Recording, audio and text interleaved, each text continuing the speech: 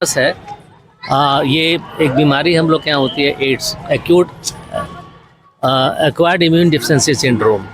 ये एक ऐसी बीमारी है जो वर्ल्ड वाइड फैली हुई है और इस पर हमारा कोई कंट्रोल बहुत हद तक सामाजिक जो धारणाएं हैं उस पर हम लोग स्टिक करते हैं, तभी हम लोग कर पाएंगे।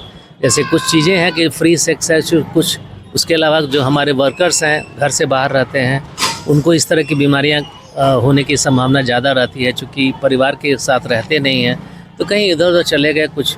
उसके अलावा कुछ और भी चीज़ें हैं जैसे ब्लड ट्रांसफ्यूजन है, अगर हम लोग सेविंग करते हैं तो अगर ब्लेड को हम लोग शेयर करते हैं तो उस स्थिति में भी ये चीज़ होती है।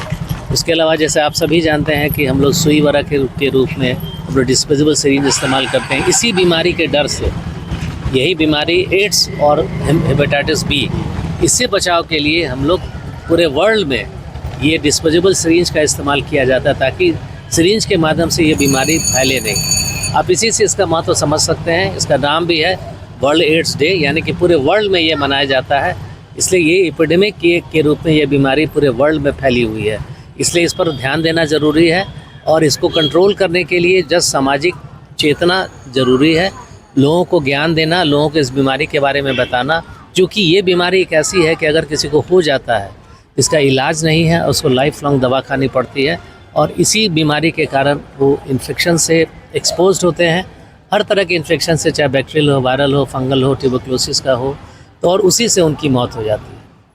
और ये बीमारी पहले की तुलना में हालांकि थोड़ी बहुत घटी है, लेकिन इसका एरिया बढ़ा है, इसीलिए पूरे विश्व की सरकारें इसके लिए सचेत रहती हैं और 24/7/365 डेज़ इस पर काम चलता रहता है। हमारे यहाँ भी यूनिट है हमारा यहाँ पर, जिसके इंचार्ज हमारे डॉक्टर विशाल हैं, बहुत अच्छे तरीके से उसको देख रहे हैं।